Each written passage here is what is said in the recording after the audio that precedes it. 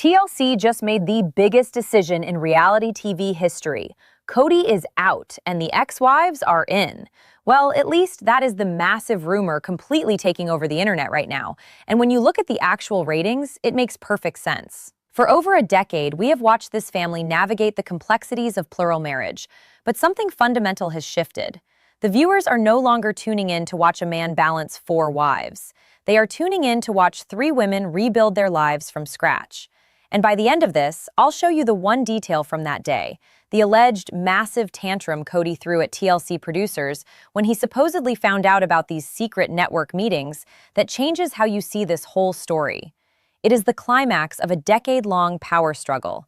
But to get there, we have to start at the beginning, with the cold, hard television numbers that changed everything for the Brown family. If you have been paying attention to the viewership data over the last couple of years, and this part is documented, it is undeniable that the audience's loyalty lies entirely with Christine, Janelle, and Mary. When Sister Wives first premiered, the hook was the novelty of polygamy. Kody Brown was the ringmaster, and the women were the ensemble cast. He negotiated their contracts, he controlled the family LLC, and for a very long time, he controlled the narrative. But reality television is a business, and networks only care about one thing: who is keeping people glued to the screen? When Christine announced she was leaving Kody, the ratings for Sister Wives didn't just go up, they skyrocketed. Season 17 and Season 18 saw some of the highest viewership numbers the franchise had seen in years. But here is where it gets really interesting, and hold that thought about the network's money, because it matters later. The true test for TLC wasn't just whether people would watch the drama of the breakup.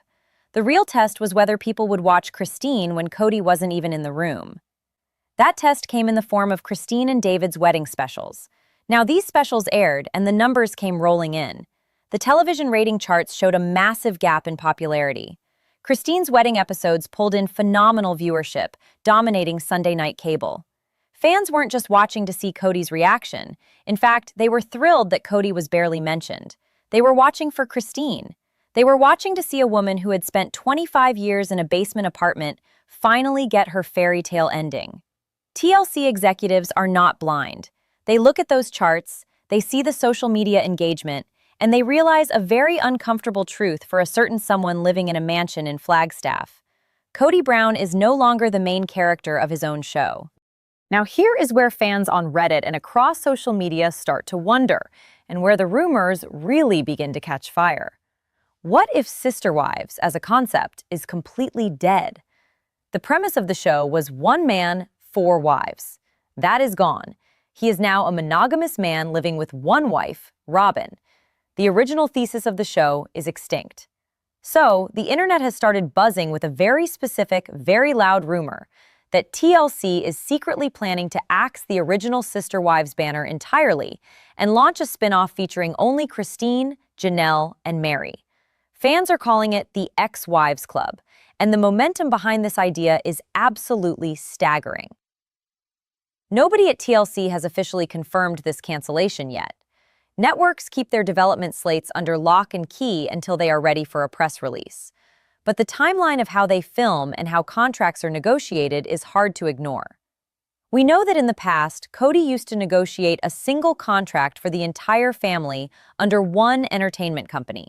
He took the lump sum and he distributed it or put it in the family pot. But when Christine left, she made it very clear in interviews that she started getting paid directly. She severed her financial ties with Kody.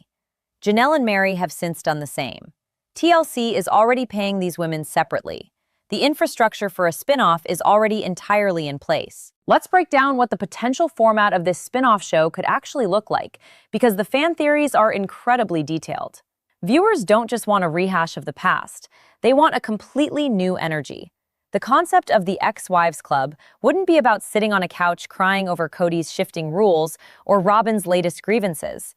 It would be a show about profound healing, traveling, and rediscovery. Imagine an episode where Christine and David take Janelle on a road trip. Janelle has always talked about her love for RV life, her love for Taos, New Mexico, and her deep connection to nature. We could watch Janelle actually building her dream life, completely unburdened by Kody's financial restrictions or his refusal to build on Coyote Pass. We could watch Mary expanding her bed and breakfast, leaning into her friendships, and maybe even dipping her toes into the dating pool. It would be a lifestyle and empowerment show disguised as reality TV. And fans are so hungry for this that they have actually started doing the network's job for them. If you look online, you will see high-quality fan-made title cards and logos for the Ex-Wives Club. They are beautifully designed. You see Christine glowing, Janelle looking strong and relaxed, Mary smiling, and there is a glaring, wonderful absence of Kody Brown. These fan edits go viral on TikTok and Instagram almost instantly because they represent the exact closure the audience wants. We have spent over a decade watching these women endure emotional neglect.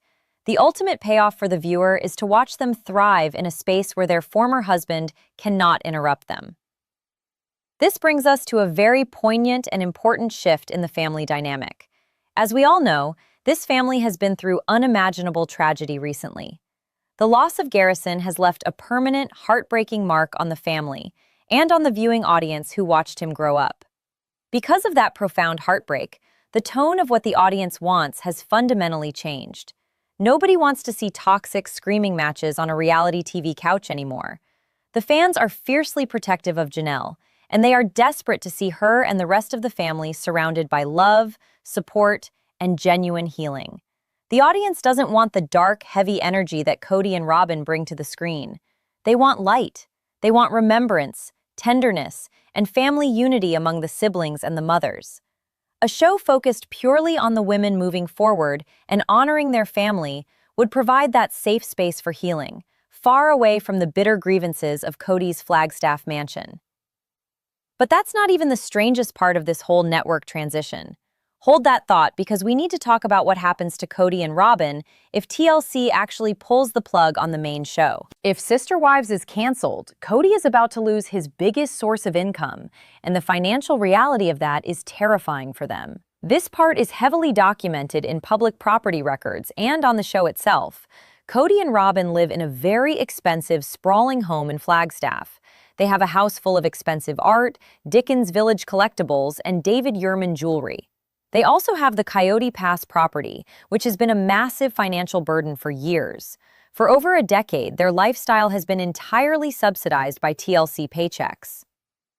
When they were all together, Kody could rely on the incomes of Janelle and Mary to help float the family pot. Janelle has stated out loud on the show that she gave the proceeds from the sale of her Las Vegas home to help buy Robyn's house in Flagstaff. Mary contributed heavily as well. But that well has completely dried up. Janelle and Mary have taken their money and walked away. The only thing keeping Kody and Robyn afloat right now is their portion of the TLC contract. Now imagine the panic setting in. You are Kody Brown.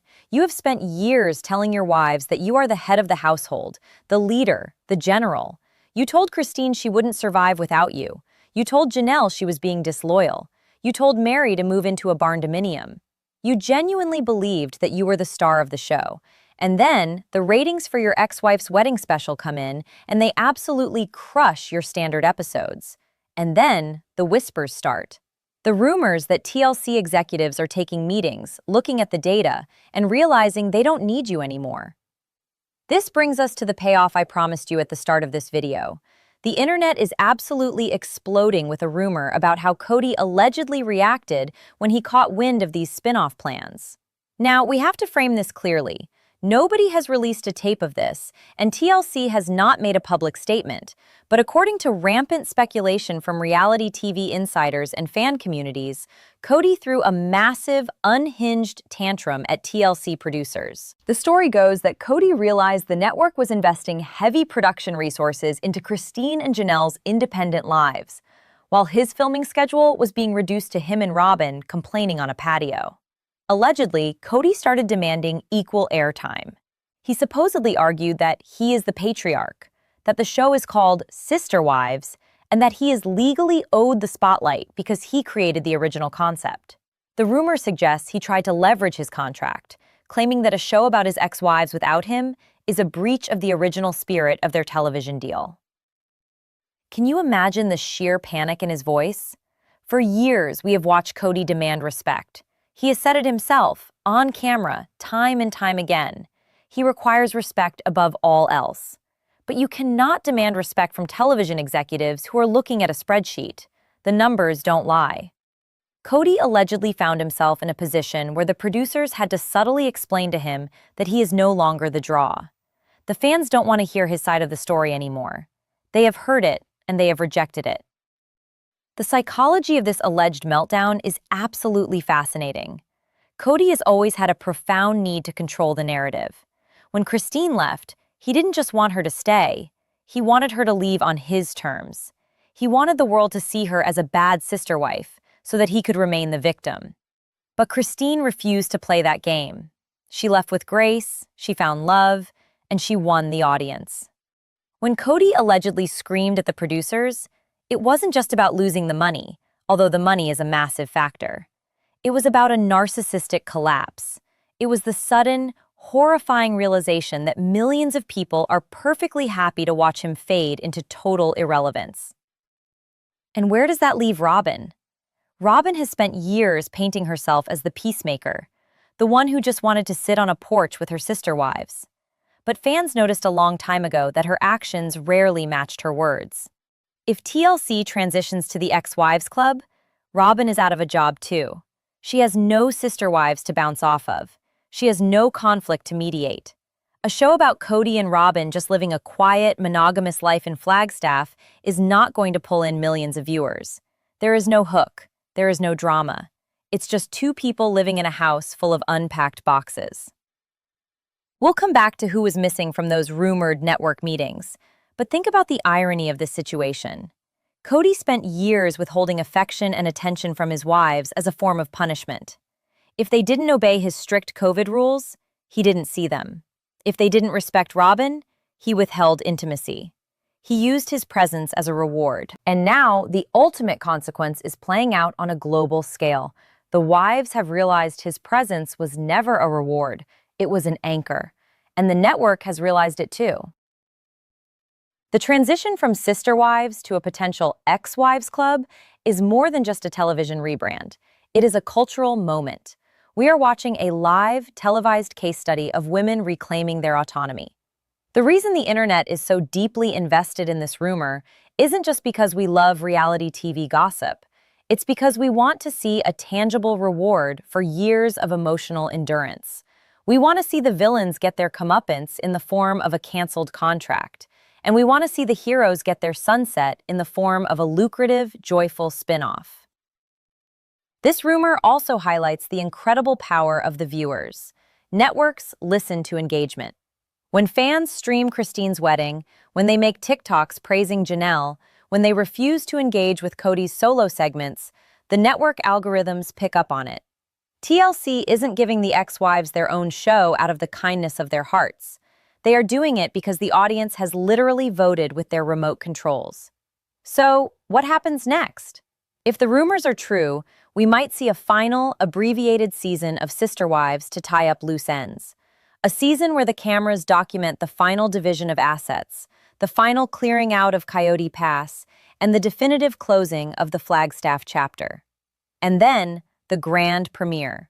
A fresh logo, a new theme song, and a focus entirely on the future. I want to know where you stand on this massive shift. If TLC officially announces this tomorrow, how are you reacting? Would you watch a show with just the ex-wives and absolutely no Kody Brown? Or do you think the show needs a little bit of his drama to keep things interesting? Let me know exactly what you think down in the comments, because this is dividing the fandom. And if you want to stay on top of every single update, rumor, and behind-the-scenes detail about the Brown family, make sure you hit that subscribe button. We are following this story every step of the way, and I don't want you to miss a thing.